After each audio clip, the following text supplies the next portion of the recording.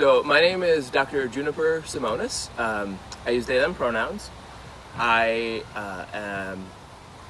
will be 36 at the end of the month, and I live here in Portland, Oregon. I've lived here for 5 years. Okay. I'm the owner and operator of Dapper Stats, a small local statistical consulting company. We work with federal, state, county, tribal, nonprofit, academic, for-profit scientists doing data science to support endangered species, and in particular looking at the impact of human actions on particularly endangered species like salmonids and eagles. All right, that's important work. Wow. And I am also a member of the Rose City Rollers Wheels of Justice. We are the defending world champions of the Women's Flat Track Derby Association. Awesome. I'm actually a 4-time world champion. I'm only wearing 3 medals right now because the feds who arrested me still have my 4th medal. Wow. Have you heard anything about getting that back? Nope. Okay. I was told that I was going to get it back, but it was not in the materials that I was given when I left. Yeah. Wow. Sorry to hear that. So what made you? So let's start at the beginning. I like to give people the question on the front end, so they can have a little time to think about them and maybe. Totally. I appreciate that a lot. So it's not. Yeah, I think it's better to. I think more thoughtfulness is important in the media and with everyone. So I kind of wanted to give you a sense of. I don't have those in front of me because they're on my phone, but we'll just go with from my memory. So, but I think what I usually started with is what made you decide to go down to these protests and. Yeah. So I am ardent, fervent supporter of Black Lives Matter and that whole movement. As a white person, I realize I have an incredible amount of privilege and I need to support folks who are standing up for their rights. I am incredibly marginalized because I'm a transgender and non-binary person and I'm disabled, but I'm not marginalized in the same way that black folks are marginalized. And for me, I realize that that privilege that I have, that racial privilege that I have, the citizenship privilege that I have is really critical, and is something that I need to be willing to leverage as much as possible, and support the movement standing up against police brutality. I am appalled, but not surprised at the ongoing police brutality, in particular in this city. And as somebody who has training in medical things and science things and a whole bunch of stuff that can be of just general support to people who are standing up for their rights, I couldn't sit idly by. Good to hear. Yeah. So do you go down there often? Is it an every night thing or on occasion? How does it work for you? Yeah. So because I am as marginalized as I am, and because I'm disabled, protests can be a very difficult space. A lot of protest spaces aren't accessible. And in particular, given the amount of response by the police, I could protect myself, but I couldn't protect my service dog, Wallace, from potential impacts that of those munitions, of gas, etc. And so for a while we were participating in more of the walks and walking over to downtown with folks, but then not staying because riot police were out and we weren't able to be protected. We've been participating with the stripper strike and supporting them and engaging in other less frontline sorts of things. But I had a moment actually when there was the North Precinct fire, and it has a lot to do with the false narratives that the media put out about that by parroting what the police said, that really galvanized me to do something more than that. I knew the folks at the North Precinct needed some just like general supplies when they had started to set up that occupation, and I did some supply runs and just dropped off snacks and water and helmets and stuff like that because I knew that they were being attacked. But we couldn't stay because I didn't have a way to protect Wallace. I was there when those fires were set. I was there when protesters worked their butts off to move the fires away from where they were set by people who weren't part of the protests. And I was there the next day reading in the newspaper, reading online, when the narrative was something completely different from what I saw firsthand on the ground. And I knew that there were independent journalists, and I knew that there were network journalists that were there doing like a wide variety of coverage. But it was when the main stories that were coming out of that were so egregiously different from what I saw firsthand on the ground, where that galvanized me to no longer be able to just sit behind the fact that I was disabled and had risk. And needed to do more to figure out how to protect my service dog when we were going closer to help support folks. Right. And so I knew that I needed to figure out some ways to protect Wallace and protect myself. And I spent some significant time doing that. Hey, bud. He's boundary checking. I'm still very traumatized, and my PTSD results a lot from folks coming behind me, so he's definitely setting a boundary behind me, just as a FYI. For you, yeah. So this is part of the work that he does, for Good, sure. Cool. Good job. So, at that time, I, reached out to the agency that certifies us, Atlas Service Dogs. They're great. They gave me some really good tips. I ordered extra high visibility stuff. I ordered and picked up, extra foot protection and ear protection and eye protection.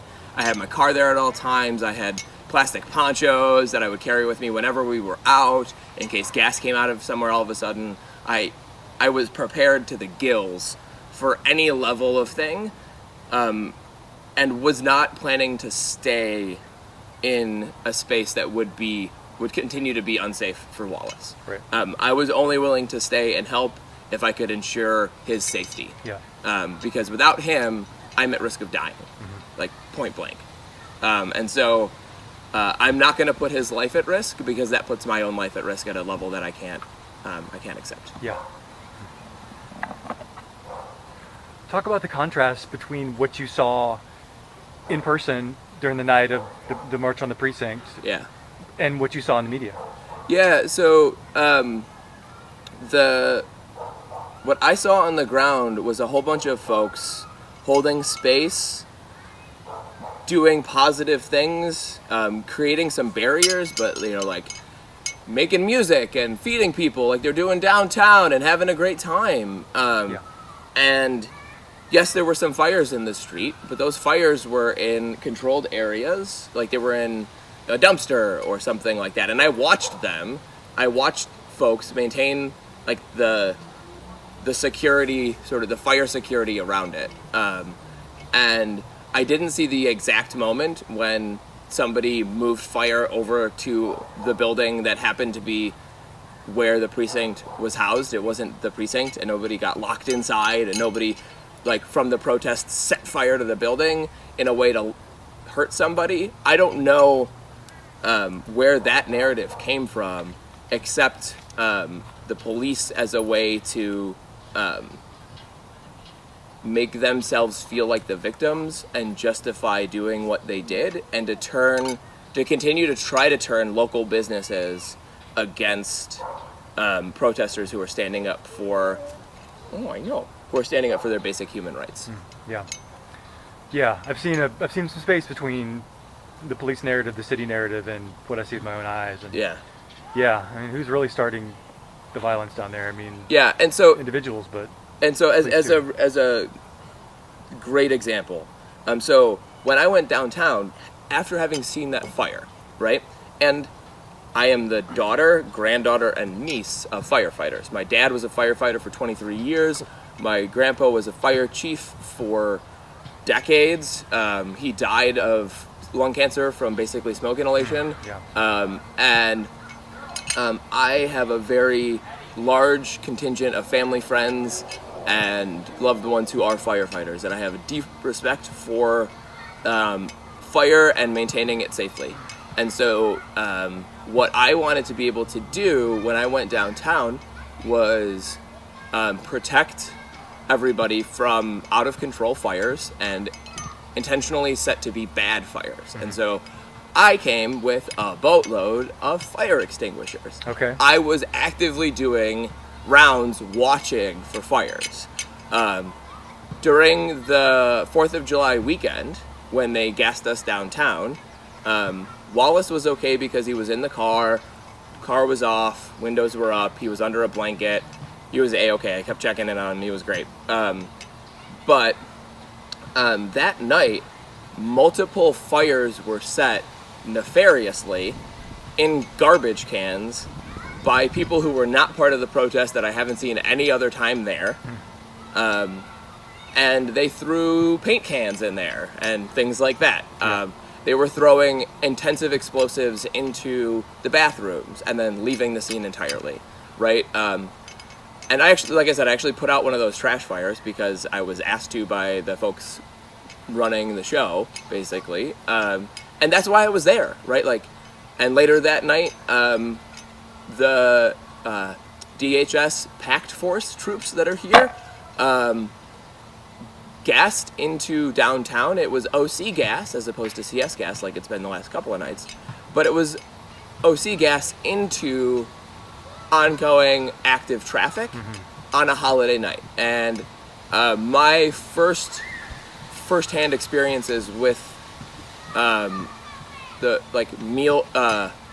field first aid for in this particular set of protests was washing the heck out of the eyes of innocent people, families, multiple generations of individuals driving through downtown who all of a sudden couldn't see because their car was pumping OC gas into their faces. They spilled out of their car in the middle of traffic, completely incapacitated. Right? Like, seeing things like that made me realize, begin to realize the degree to which these various law enforcement agencies are willing to risk innocent people's lives to further their narrative, in particular the narrative that everyone who's impacted is somehow causing trouble or causing damage or anything like that. And I'll tell you what, the vast majority of people that I have seen injured have been completely unrelated with any of the protests. Like, the indiscriminate use of force has impacted so many people who just happen to be downtown, whether they're houseless and they're living there or they're just passing through. So many people. Yeah, that was going to be my next question. You pretty much went there. Is what do you think people who don't go down there in the evenings, what do you think they're missing? Beyond that, or expand on that? Yeah, so they're definitely missing. If they're not down there, they are taking at face value the narrative about who those people are, who we are, and what we're doing. And that narrative is generally that we are all white, from out of town, black bloc Antifa, just here to cause trouble, right? And not actually part of the Black Lives Matter movement, right? And that's couldn't be further from the truth. Downtown, that group of people is the most compassionate and diverse group of people I have met thus far in Portland. The amount of feeding of houseless folks that's going on right now, the amount of care for everybody that's going on right now downtown, puts the city to shame. The city can't provide food. Regular people are providing food and money to places like Riot Ribs to be able to support folks that aren't able to get food anywhere else. They're not able to be protected anywhere else. And yet downtown they are being protected by people who don't know them, didn't know them before a couple of weeks ago or whatever. And you have this so compassionate group of people. Like, the amount of care that I see being given between strangers is awe-inspiring. And it's like, energizing, right? Like, there's this whole narrative that it's all about destruction, and really, the vast majority of people that are down there are there to heal. They're there to feed. They're there to support those who feel like they need to, because they do stand up for their rights.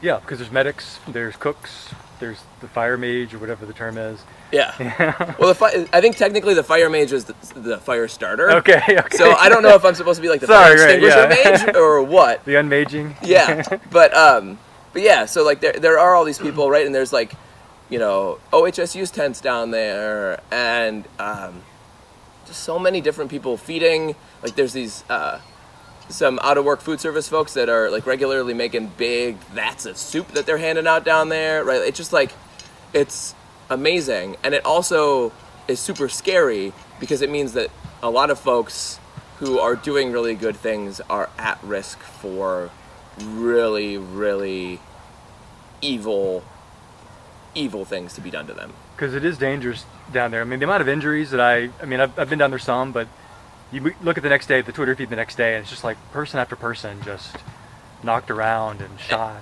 and hit by cars. And given who's down there now, and I'm happy to give you all the information about how I figured all this kind of stuff out and whatever, but the people who are down there now who are running the show, that are this DHS pact force, they're basically able to deport and disappear people. Yeah. And so if people don't have documentation, if they're not citizens, etc., they are at huge risk, not just for like injury, but for much more severe things to happen to them, which is really scary. Yeah. So let's get to the night. I mean, kind of the reason we met and wanted to talk was you were arrested or detained? You were arrested, correct? I was arrested. Okay. Can you tell me as much about that day as you'd like or feel like? Totally. On the couple days before, Tuesday the 7th, we were at the candlelight vigil for Summer Taylor, the protester who was killed in Seattle, and it was 11:45 and we were in Chapman Square. So Chapman Square is open till midnight, according to everything posted, and again, we were there doing rounds. There was a lot of candles out. There were fires going. I wanted to like send my love and solidarity to my family and honor and mourn Summer's death, and I also wanted to keep everybody safe. Yeah. And we were doing walks around the perimeter when all of a sudden flashbang grenades started going off, completely unannounced and completely unprovoked.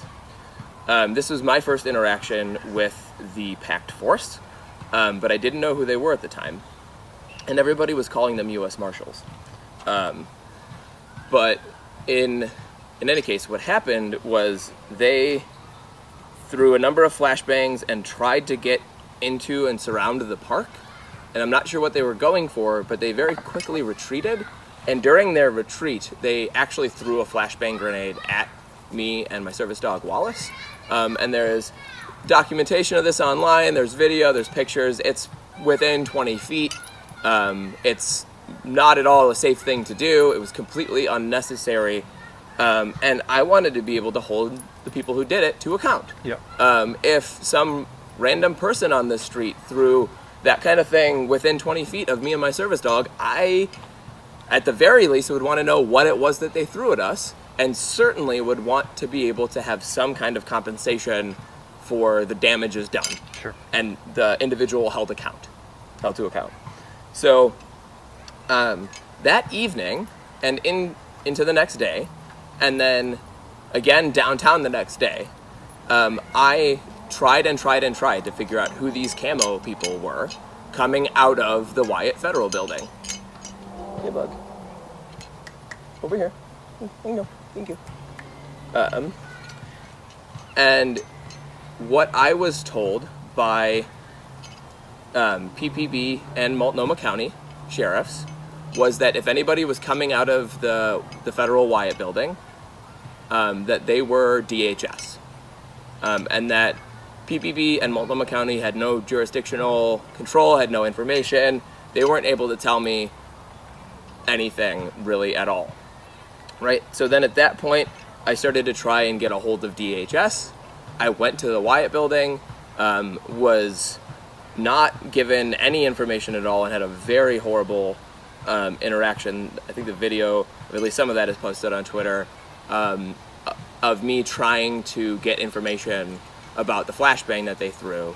And it's at that point that Commander Lopez, who is like the DHS dude in charge, at least regularly, made his first appearance in my life.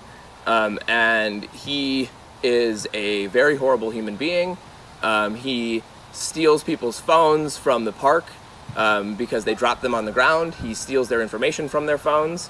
I have experience of him lying to me point blank about the use of flashbang grenades by DHS and other information about that sort of situation, right? So he, I know personally, and have talked to other people that have interacted with him, he is a person who is running the show and needs to be held to account. I went over at that point to the other federal building downtown, the other federal courthouse, where DHS's offices normally are, and tried to get a hold of their inspector general and file complaints and do those kinds of things to get that information and get it be made available, right? And so at that point, which was the 8th, I had really kind of, to my knowledge, kind of explored the on-the-ground level of information I was going to be able to get from anybody. Right. And at this point, it was going to have to go through some kind of other channel to get the information that I need. They couldn't even provide the MSDS or anything for the munition that they threw at my service dog. Which is MSDS? Yeah, so material safety data sheet. Okay.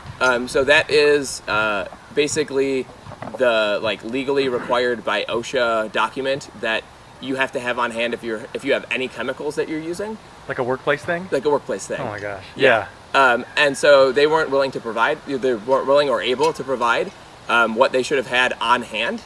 And I don't know why. Yeah. But I know that they weren't willing to provide that. And so at that point, like I said, I knew I had explored sort of on the ground the information that I was going to get from them. And so what I wanted to do while I was... one second, I also need to take a drink of water. Do you want some water, Bubs? Yeah? Let me get your bowl. Yeah, I bet you want some water. Yeah? I thought so. Got your thirsty boy, huh? Yeah. Realizing that I had explored my capacity on the ground to get information, and knowing that it was going to be a while before I got information on the phone or whatever, what I was interested in doing at that point was exercising my First Amendment right around the Wyatt building. So I wanted to be able to walk around that building, talk, chalk things on the sidewalk, whatever, to express my disappointment with the actions being taken in my city by federal agents. Federal agents who were not being honest about who they were, what agency they worked for, etc. Mm-hmm. And so what I did, as someone who is an environmental biologist and has worked with surveying equipment before and has surveyed places before, I didn't need to do a capital S proper survey, but I did want to know where the boundary was, right? Like, I wanted to know, for example, did the feds own the sidewalk around the Wyatt building? Because they own the sidewalk around the courthouse. And there was this impression that they were giving that they owned the sidewalk around the Wyatt building. And so what I did was explore the Multnomah County SAIL website. I don't remember exactly what SAIL stands for, but it has to do with assessing, like assessor and land stuff and whatever, but SAIL. And they have the most up-to-date plat maps that are available. You're able to get basically the last survey materials that were done and filed. And so you can find the most up-to-date property boundaries, right? And so what I did is I found those, printed them out, went to Home Depot, bought surveying equipment. I intentionally bought a survey walking measure, so I could measure out as I was walking, because those plat maps have distances, right, like they're supposed to. And I intentionally bought surveyor's chalk, which is chalk, and you can buy it in a range of permanence, right? So the chalk, it's like DeWalt brand chalk that comes in permanence of 0 to 5, right? And 5 is permanent. I did not use anything that said permanent. I intentionally got stuff that wasn't like 0 or 1 because we live in the Pacific Northwest and there's a lot of rain, right? Like I wanted it to last more than a night, right? But I intentionally got non-permanent materials. I intentionally did that. So then Thursday evening, around 7 o'clock, daylight time, I start drawing the property boundaries in high-vis orange, because that's great. It stands out very nicely. And when I am at the back of the Wyatt Federal Building, so that would be 2nd and it's not Madison, whatever's on the other side there. Okay. But the back end of there, where the garage exits out from, I was drawing the boundary there, which hilariously, the southern boundary of the property line goes right through their garage. And so the feds have built onto property that isn't actually theirs. And so there's this whole question then of like, what is federal property and what is federal land and those kinds of things. But I wanted to make that clear, that just because a building was in a particular spot, like we needed to make sure that we knew sort of what our options were in terms of like where we could stand, right? Yeah. Fair enough. Yeah. And so during that time, I was actually explaining on a live not streaming, but like a live GoPro video that I had recorded that is actually up on my Twitter. You'll see me explaining sort of like the obvious. It's really great. There's like these lines. The line that connects it is where the two light posts are on this street. You can actually see that the federal government like stops complying, like builds ADA compliance all the way up to its like where it has to, and then it stops, right? Like it's so patently obvious where the line, the property lines are. Yeah. But I wanted to actually mark it out so that we can see it, and I'm like describing this in the video, right? Like you can see that there, and look at this here, and all of a sudden a battalion of what I now know as DHS Pact Force surround me out of nowhere. I am completely unarmed. I am surveying property and marking a property line with chalk. And they, you can see in the video, they basically harass me, get in between me and my my materials, all of my my bag and everything that's in it. And I am telling them, like, don't approach me like this. You're not allowed to approach me like this. I'm on a city street. I'm on city property. You are harassing me and re-traumatizing us after you threw a flashbang at us the other night, etc. And somehow or another, they backed off, and I don't know why. There was somebody else who was recording, who came sort of down one of the side streets and started recording. But I don't know what it was that caused them to stop and to pull back, but they did. And then they yelled at me to get off of federal property, and I told them that I wasn't on federal property and that I had the plat maps to show them if they wanted, and right. I also had the phone number for the person at Multnomah County if they wanted to call and talk to him, but it was like after hours, so they weren't going to be in, but right. Like I had the phone number if you want to call it, right? They weren't interested in actually like looking at the information that I had that clearly defined where the property lines were. They weren't interested in actually knowing the information that would allow them to enforce the law that they're trying to enforce while not infringing upon First Amendment rights. Right. Right? And that's like, to me, that's where this whole thing started, right? Is that they're basically trying to infringe on my First Amendment rights. But I succeeded in getting it marked all the way around, and also had that GoPro video, right? Marking tape that says caution, there's a lip right here, ends right at the end of the federal property. Excuse us, please don't approach me without first addressing me and my service animal. I am on city property. I am on city property. Excuse us. You threw a flashbang grenade at us in the park on the 7th, and we have significant trauma from seeing you around. So please, if you do not have anything to say to me right now, I am standing on city property, and I would suggest that you leave right now. You are re-traumatizing us. And I am off federal property. I have the Plat map if you would like to see it. I'm happy to show it to you. I'm also happy to call the number that it says if there are any sorts of disputes. So if you would like to have a dispute with me about where the property line is, I've got the number. That's a 503 number, and we can call it. But I don't think they're going to be in the office anymore. So I'm going to walk all the way down the end here and continue to mark where the federal line ends, so that we can understand where we have a legal right and responsibility and ability to peacefully protest the brutality of the federal government in our city. So I took that video, shared it with folks. We started trying to figure out who they were. It was at that point, so this was Thursday night, it was at that point that things started to come out for Friday morning's press release about this new pact force that had been deployed in Portland.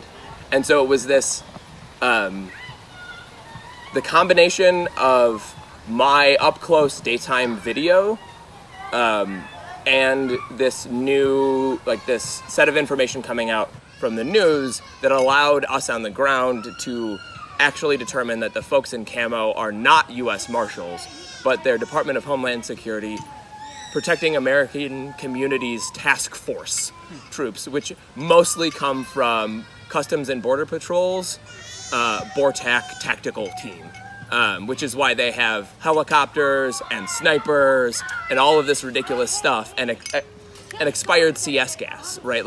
And it's also why they have no problem violating First, Fourth, Fifth, Eighth Amendment rights, because they are used to dealing with folks who are not citizens or not documented, and so they don't have constitutional rights. And so what has happened is that these individuals who are here aren't trained or prepared at all to enforce the things that they should be enforcing, and the things that they should be enforcing are so vague that basically allows them to do anything. So the executive order, the verbiage, it talks about protecting monuments and statues, but then it also uses the word property. And property means anything that they own, right? Which includes each and every one of those DHS vehicles, right? So by its very nature, they could drive that car around town and protect it however they see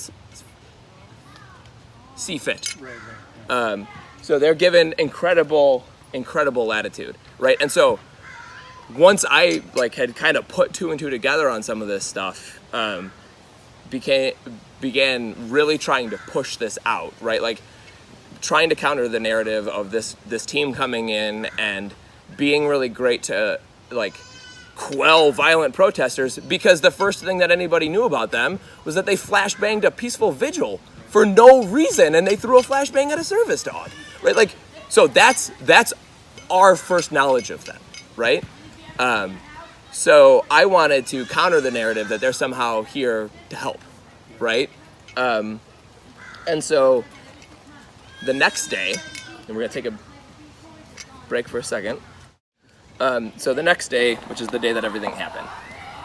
But those bits of information are obviously really important, because what happened on Friday was I got downtown, again, during daylight. It was maybe 8:30, something like that. I was at the corner of 3rd and Madison at the front of the Wyatt building, where they had, for some reason now, taken off the plywood on the front, perhaps in a means to entice or whatever protesters. I'm not sure. Yeah. But they took the plywood off of the front of the building, the front of the door, which is a very interesting thing. But in any case, I was out front. They had done a very poor job pressure washing the chalk off. They'd gotten the text that I had written, but they hadn't gotten the line.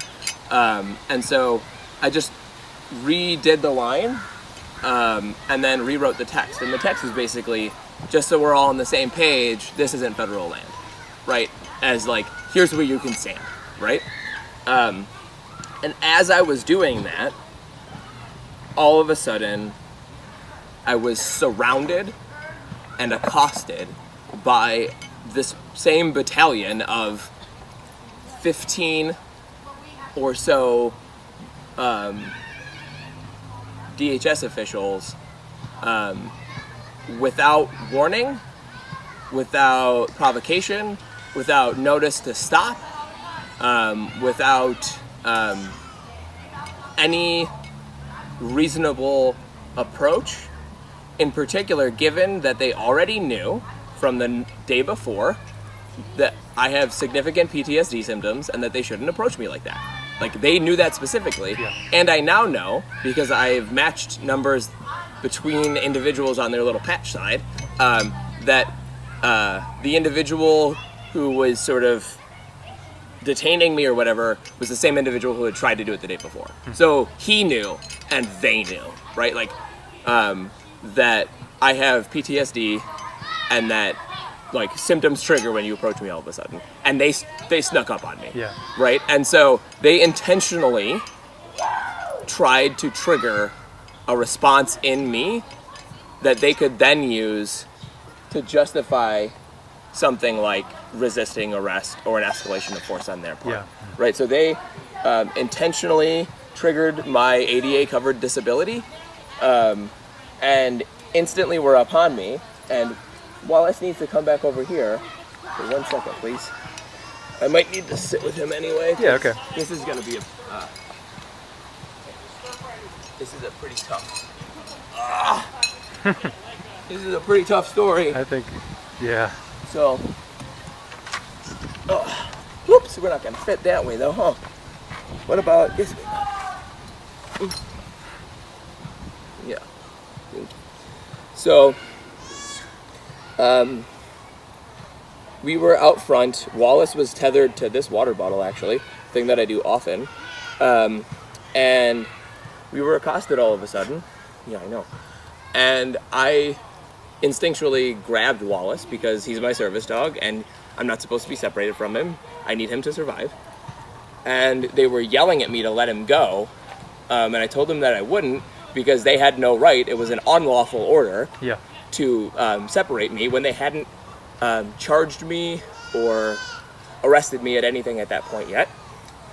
And so they used that as a pretext for resisting, ripped Wallace out of my hands, and pinned me to the ground and used an OC canister spray directly into my right side of my face from less than 2 feet away. Which is definitely not regulation, definitely not acceptable. That's the big can? It's like a spray can. Okay, yeah. But it's like, you can get small spray cans that are really high intensity, yeah. High concentration. Yeah. So I don't know, and I'm gonna FOIA that, like, I just don't know yet, but what they used on me. But at that point, during this whole thing, I used to wrestle. So I'm a sportser.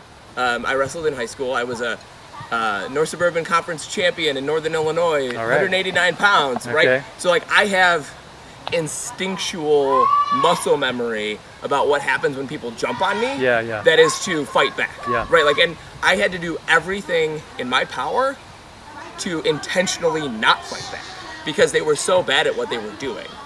At one point, an individual put his leg while he was on top of me here, which allowed me to stand up, and if I hadn't stopped myself, what I was going to do was flip him over. And I probably would have died after that. Yeah. Like, if I hadn't stopped my basic instinct, I probably would have been killed. They also failed to actually handcuff me properly, and the handcuff came off in my hand, and I had a set of metal handcuffs that I could have used as brass knuckles, and I didn't. Yeah. And instead, you could probably see it in the video, I skidded it away from me so that I wouldn't do that. Yeah. Because when I'm in the middle of a dissociative event and I'm like traumatized as heck, I don't know. Like, I'm trying to not fight back. Right. But like, I can't do that forever. Yeah. So, you know, to me it's laughable that they would ever consider that I assaulted or whatever or resisted arrest when they intentionally triggered a trauma response in me, and I intentionally did everything to not let my muscle memory actually lead to a fight, an actual confrontation. It's time for fresh food that belongs in the fridge next to our food. Now, who's hungry? Fresh Pet.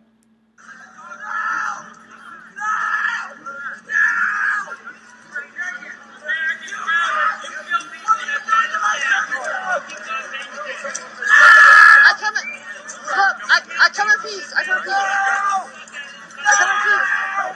I'm a Marine Corps veteran. I come in peace.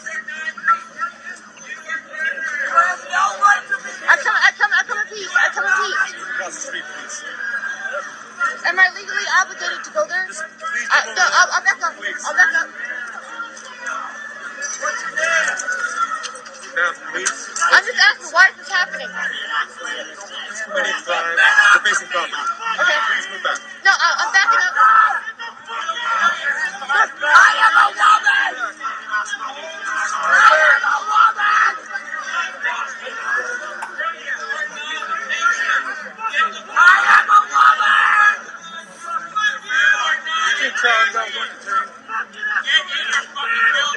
I'm a Marine Corps veteran. I'm not here to start any shit. I'm just observing.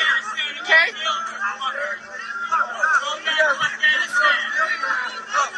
That's fucked up.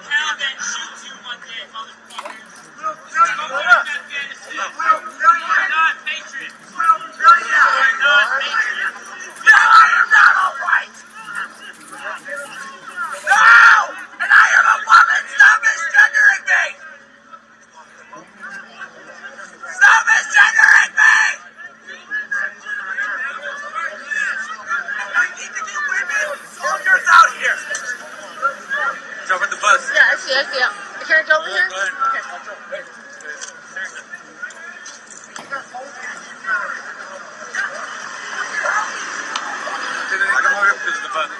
Yeah, I'm going where they told me to go. No, they told me to go here.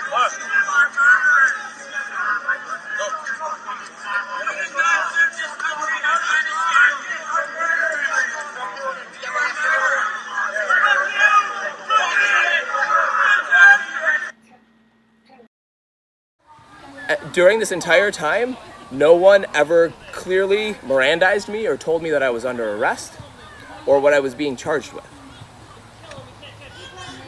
They took me, okay, so actually, the spray that they did was so close that it completely incapacitated me. It got into my ear and messed up my balance, so I couldn't stand up. And it got into both of my eyes, and I wear contacts. I was wearing contacts at the time. You wanna get down? You wanna shake it off? Yeah? Good boy. Okay, over here. Thank you. Your water's out. Maybe you want some more water. Yeah, come on. Go ahead. So, I couldn't see. My nose was on fire, my mouth was on fire, my lungs were on fire. I couldn't stand up and balance myself. During this entire time, they're also misgendering me. And you can hear it in the video. I'm like screaming at them, stop misgendering me, I'm a woman, stop misgendering me. And that's really important because the entire time I was in their detention, they illegally treated me as a man. I am a woman legally. And the entire time I was in their detention, I only interacted with men. The documentation that I have from them marks me as a male, etc., etc. I was told that men were allowed to search me because we don't do it that way here, etc. And since then, I've also looked up some information about how CBP and the marshals treat transgender women that are refugees that are crossing the southern border, and it's appalling, and it's the same thing. And so what I experienced in terms of solitary and also being treated like a man is what they're used to doing. So they carried me in just inside the door and then like flopped me down on the ground right there. An individual who was that same individual, N85B or whatever, I've got pictures of him on my Twitter. He approached me, and this whole time I'm saying to everybody that I want a lawyer. Like, I want a lawyer. I need medical attention. I want a lawyer. And this guy comes and like squats down in front of me and says, "Do you want me to treat you?" And I was like, "Are you a medic?" And he was like, "Are you refusing treatment?" And I was like, "No, can you show me that you have some kind of medical credential? Like something, right? Like, because I'm not going to consent to any rando putting anything in my eyes, right? Like, I need to know that whoever's putting whatever in my eyes knows what they're doing, right? So I didn't consent to that treatment. I didn't refuse it. I didn't consent to it because it wasn't given properly. And so then, rather than like be prompt with my care, it literally took 45 minutes. It was 9:45 when the medics actually showed up. That's the 9:45 or 9:40 something. That's the time on the sheet that I have from the medics. So compare that to whenever the timestamp was of me getting assaulted and sprayed. That is far longer than it's supposed to be before you're treated. And you're also supposed to be left in well-ventilated air. I was not left in well-ventilated air. I had significant mucus runs out of my nose. I was just like basically spitting snot out, and they kept telling me not to spit at them. And I was like, I'm just spitting into my lap right now. Right, yeah. But they kept trying to like fabricate evidence against me in that way, where like I would do something like kick my sandal off of my foot a little bit because it was basically falling off of my foot super sweaty, and they'd say, "Don't kick your shoe at me." Or I would be spitting, and one of them actually shoved his forearm into my mouth like a 12-year-old to try and, "Oh, don't bite me." Like, that's not what biting is, dude. Yeah. Like, if you throw your arm into my mouth, that's not a bite, right? Like, so they kept trying to do those kinds of things, which was horribly infuriating. All the while, I am horribly incapacitated, struggling to breathe, and nearly drowning in my own saliva, when finally the Portland Fire and Rescue SUV shows up. And I mentioned this before, I am the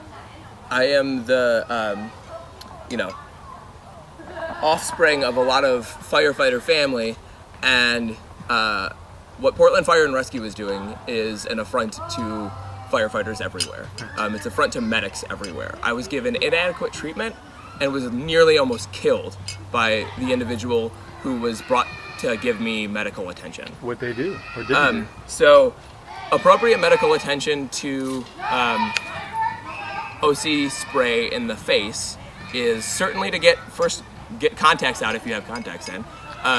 Yeah. Hey, Wallace. Hey. Here, thank you. Yeah. And then you're really just supposed to flush with saline, right? Like, it's not very much, right? The way that you're supposed to flush, though, is with pressure, right? So even a squirt bottle like this will give you enough pressure if you squeeze it hard to squeeze it into somebody's eye, right? And that's what you need to force that out, right? It's not just that you put water on it.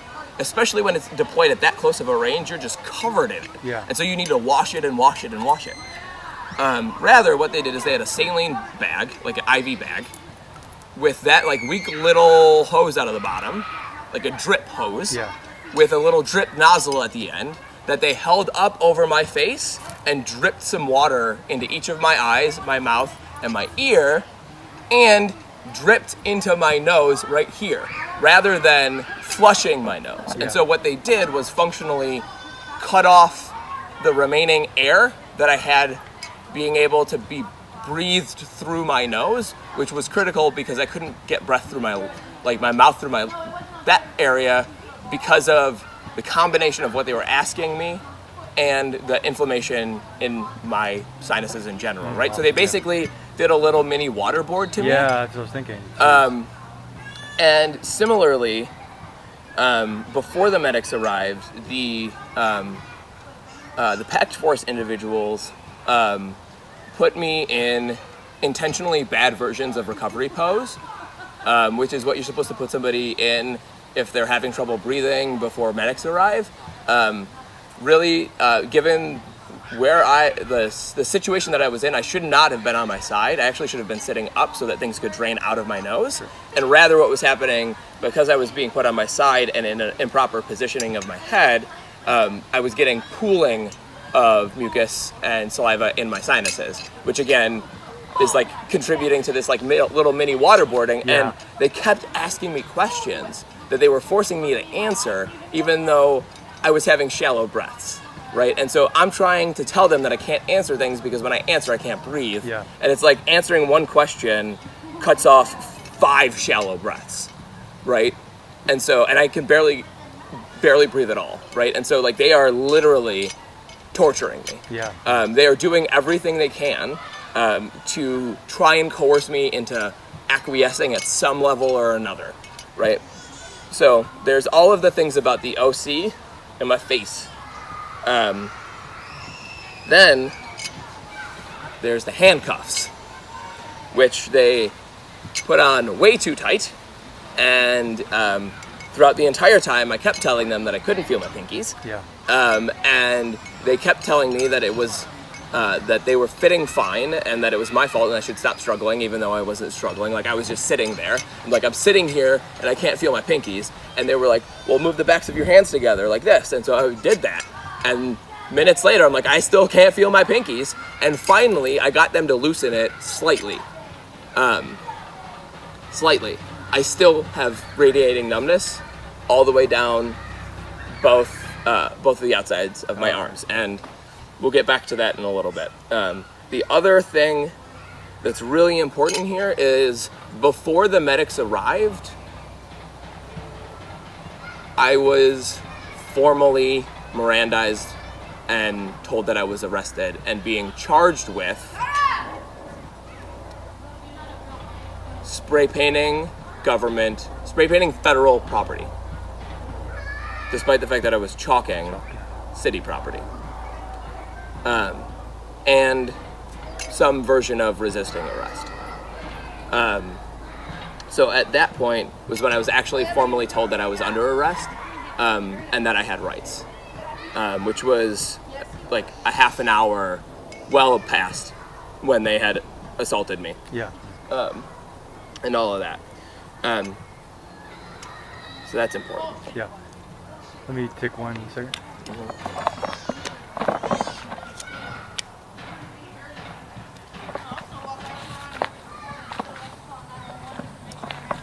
Awesome. Okay, it's wonderful. Yeah. So once the fire medics had left, I was able to sit up and see, and I was asking where Wallace was. I hadn't seen him or heard him the entire time that I was there, and at that point, the agents were like, "He's right there. He's in front of you," and I couldn't see him. We were sort of come into the garage. There's a ledge, there's a ramp, and there's stairs, and then there's cars that like, you know, it's like 10 feet or 5 feet down, right? It's like a 5-foot little ledge, and all I could see was his lead tied around one of the posts, and I was like, I can't. That's not him. Can I see him? And they were like, no. And so, you know, I know Wallace when I say his name in a particular way. He knows that he's supposed to look me eye to eye. And so I said his name in that way, and he stood up and looked at me. And I started crying, right? Like, because instantly then I knew that we were together still, like, at least at that level, and he was there. And I was just felt so bad for everything that he was going through. Yeah. Like, and, like, I just couldn't control myself and just was crying. Finally, at some point, they bring DHS, FPS, Federal Protective Service, one of those white SUVs. They load me into the back, try to separate me yet again from Wallace, and I was like, you don't understand, ADA, he has to come with me. Like, you can't separate us. And so thankfully somebody in that moment on their end acquiesced, and he was also put in the back seat, barely got to touch each other. That was the only time I had any physical contact with him, which is really sad because I stim on him a lot as a means to handle overwhelming anxiety situations, and I needed to do that in that moment, obviously. So at this point I'm in the back of the DHS vehicle. They leave me in there for a couple of minutes with a mask on where there's still OC, like there's still OC all over my face, and they put a mask on me. Yeah. And so now it's just like circulating within the mask in my lungs. And it's still burning? It's still burning. Yeah. And there's no AC on in this car or anything, all the windows are up. And 5 minutes later or whatever, they come and they take me over to the US court, 2 buildings over. And there's a garage on the Salmon side where they went in and unloaded me and Wallace and transferred my custody from DHS to the US Marshals. And at that point, again, I was telling them that they're not allowed to separate me from Wallace, that that's illegal, et cetera, et cetera. But I realized that these marshals that were doing this detention have no care about anything in the world whatsoever, and would give no thought to killing me and Wallace right there. And so I, again, had to acquiesce to survive, and was separated from him for the next 6 hours or 7 hours with absolutely no contact. So at that point, I was put into the elevator, the U.S. Marshals elevator. They took me upstairs to a cell block. Again, all male guards. I told them I'm a woman. They said we don't do that here. They searched me. They took what was still on me at that point, which is the 4th one of these that I still would like back, and confiscated that. Took off my handcuffs and put on ankle cuffs and put me into a 8x12 cell by myself. That cell was in a block with 2 other cells. Nobody was in either of those cells for the next probably 6 hours, 5-6 hours. And the cell that I was in basically had 2 benches along the long sides, but one of them was a little bit short because that was where like the little bathroom space was, and there was like a wall with a toilet and a hand washing sink, but there was no soap, there was no hand sanitizer in the middle of COVID. Yeah. The water pressure was so low that you couldn't actually adequately even get any of the OC off of you, and it wasn't marked as being potable. And knowing water issues in Portland, I know that there's lead in certain water, and I know a lot of things. So, like, I'm not going to trust water that's coming out of a hand washing sink to be drunk, right? So I was never provided any drinking water the entire time I was there, the entire time I was in anybody's custody. That's another important thing. I was never provided any means to cleaning myself, cleaning my open wounds. Yeah. I realized finally when I was sitting in that cell that I was covered in Wallace's poop, because they had, when they tackled us, they had tackled poop out of Wallace and tackled me into it. And so I had open wounds on my body surrounded by dog poop. Nobody seemed to care. And that's, there's a whole, nobody seemed to care whatsoever. Yeah. So here's where it gets, it just keeps going. So buckle in for this one. Okay. So first, marshals come in, I give them my legal information, I tell them my name, my address, my phone number, I tell them I want a lawyer, they take my picture, like I don't lie to them, I give them complete information, tell them I want a lawyer, they say you don't get a lawyer, you don't get a phone call while you're here, this is temporary detention basically. We want to move you on to the place that you're going to next. So they document that I'm there. Then a while later, 2 DHS officials come in, unmasked, in a small enclosed space with poor ventilation. Yeah. Wow. And they present themselves as part of a legal team or something that gives the air of being lawyerly. When in fact it actually turns out that they are the detectives. And so, again, I continue to tell them that I want a lawyer and that I need my service dog. I tell them that I'm disabled, that I am in the middle of an episode that they created, and that they have separated me from the medical equipment who is living that provides me the care that I need to survive, right? They tell me that they're trying to get me booked into county over the weekend because I assaulted an officer, and so they're going to charge me with that, and so they want to book me over the weekend. But county jail is inaccessible because they can't take dogs. And I was like, that's not my problem. That's your problem and county jail's problem. County jail isn't accessible. Your jail isn't accessible. What do you want from me? And they wanted me to give them the contact information for somebody to come get Wallace so they could take away my life-giving service animal in order to detain me longer. Yeah. Which is unconscionable, but only the tip. Because I complained enough against them, they went away, and their supervisor came back. Later, their supervisor tried to give me the same lines, right? Like, who do you have that can come get him? We need somebody to come get him because we're trying to transfer you over there, blah, blah, blah, blah, blah, blah, blah, right? And I'm like, I'm not going to. I want a lawyer. He says, or actually, no, he says, did you already invoke your right to a lawyer? And I said, yes. And he said, well, then I shouldn't be talking to you. And none of us should be. And then he continued to talk to me for 5 more minutes. During which he said, well, if you don't give us a name for somebody, we're going to put him in a shelter and he won't be there when you get out. Which, to me, I took to mean that they were going to euthanize him. Or functionally euthanize him. Yeah.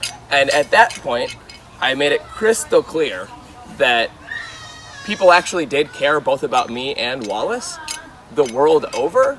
Like I said, I'm an international world champion athlete. The last championship that we won was in Montreal against teams from Australia, right? Like, people all over the world know who we are and know who Wallace is. And so people actually care about us, and they weren't gonna be able to take him somewhere that actually had the capacity to kill a dog without everybody on my team already knowing, because I have a whole bunch of people on my team who are connected within the Humane Society and animal control. They all knew where to go. They were all ready to intercept people, right? So thankfully, through whatever combination of my advocacy for myself and people on the outside shutting down any routes that they had to try and get him somewhere, thankfully they didn't do that, right? At some point while I'm there, each of the other cells gets a person in it. One of the people is like a standard black bloc, no talk, no information, no contact information, no identifying information on them.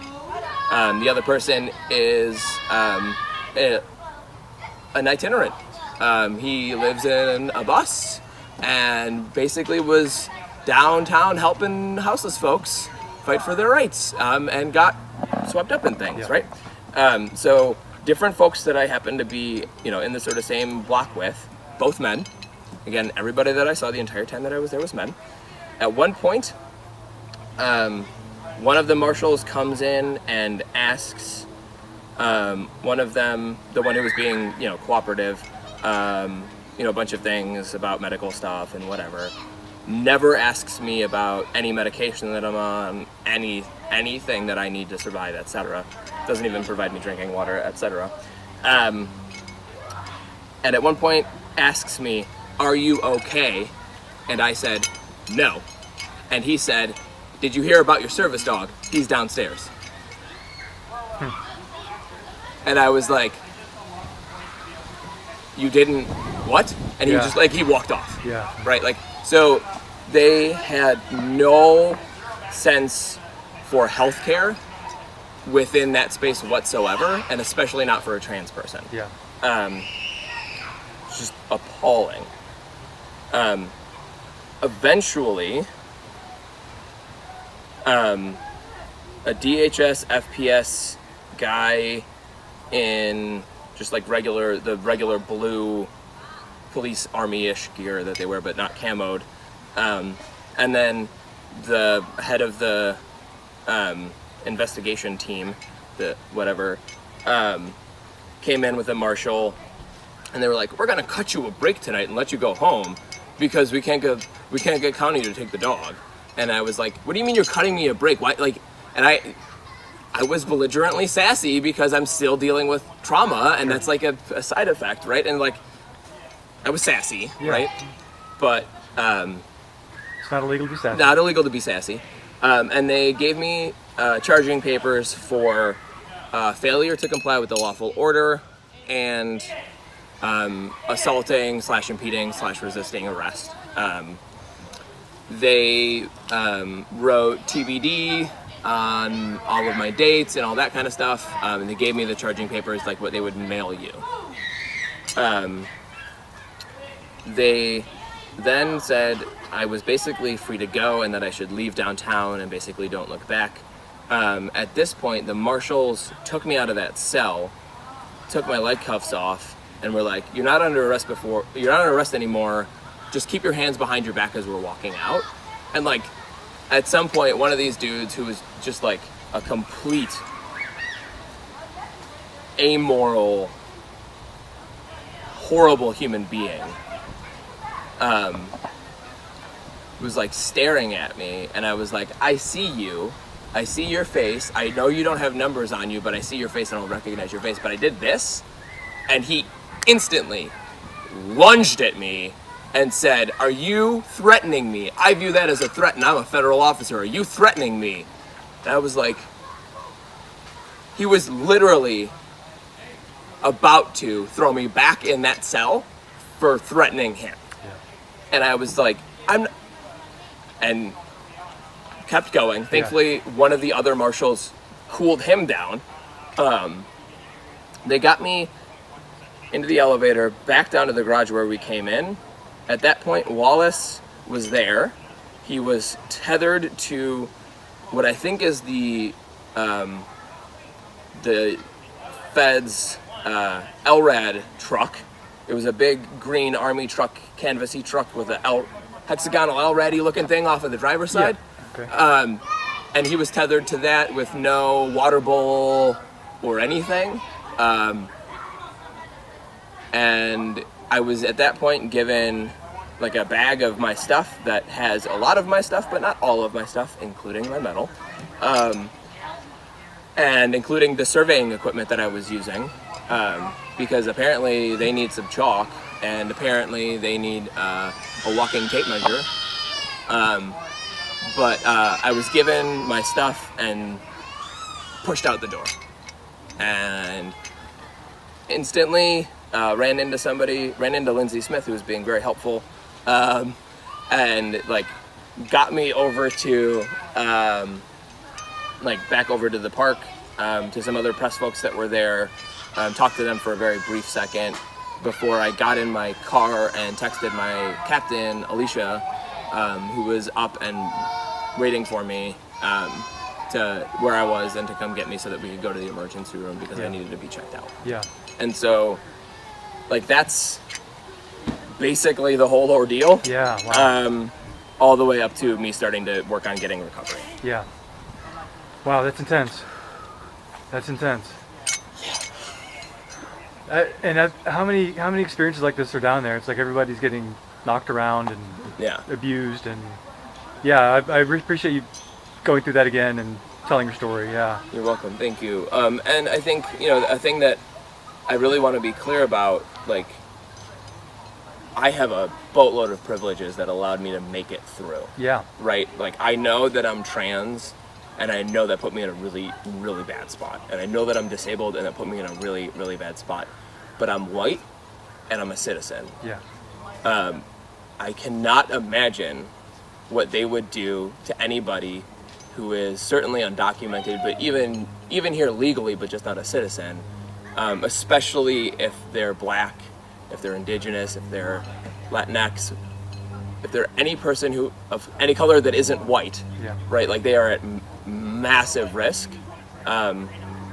because this group of people are used to operating on the southern border functionally with impunity against non-citizens, some of whom are heavily armed, some of whom are running drugs, but most of whom are completely innocent people looking for some kind of lifeline, right? Like they're refugees, they're coming because they want something to help them for a better life.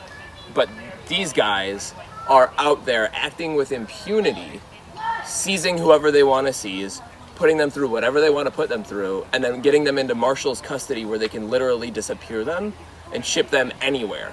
There are some really serious issues and oversight with the Marshals and their dereliction of duty, and there have been lawsuits filed against them about how they're handling folks on the southern border, and that is being brought to Portland right now to handle every single person who gets detained by the feds, as opposed to detained by Multnomah County or PPB.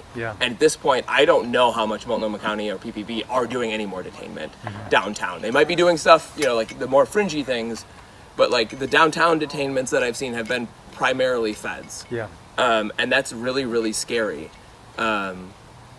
given what I experienced. And so like this is hard. It's been incredibly hard to deal with this and incredibly hard to talk about it, but like the experience that I went through, everybody needs to know about it because it's happening to other people right now, and it literally could happen to anybody in the city for doing anything. I wasn't doing anything illegal at all, and I was put through that. These agents can functionally act however they want because we're in the border, and there's federal property all over the city. And so literally every person in this city is at risk right now of these agents, and that's really scary. That's particularly risky for folks who are undocumented or are non-citizens. And so I think, you know, it's something that we all need to be mindful of so that we can protect each other, especially if the protests from downtown move around the city or do anything like that and move into more residential-y areas or whatever, like what happened before with the PPB protests, because now we're dealing with agents who could do massive sweeps, even though we're in a quote-unquote sanctuary city.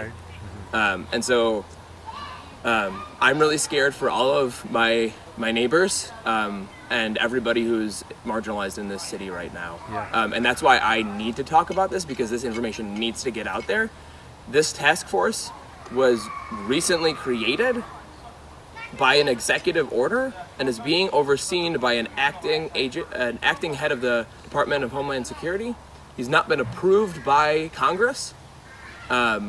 These troops are not law enforcement. They're not under DOJ. They're not military. They're not under any military branch. They are under Homeland Security. They are acting outside of standard jurisdiction that we are all aware of, and without legitimate congressional oversight. Like, all of our Congress people need to know about this.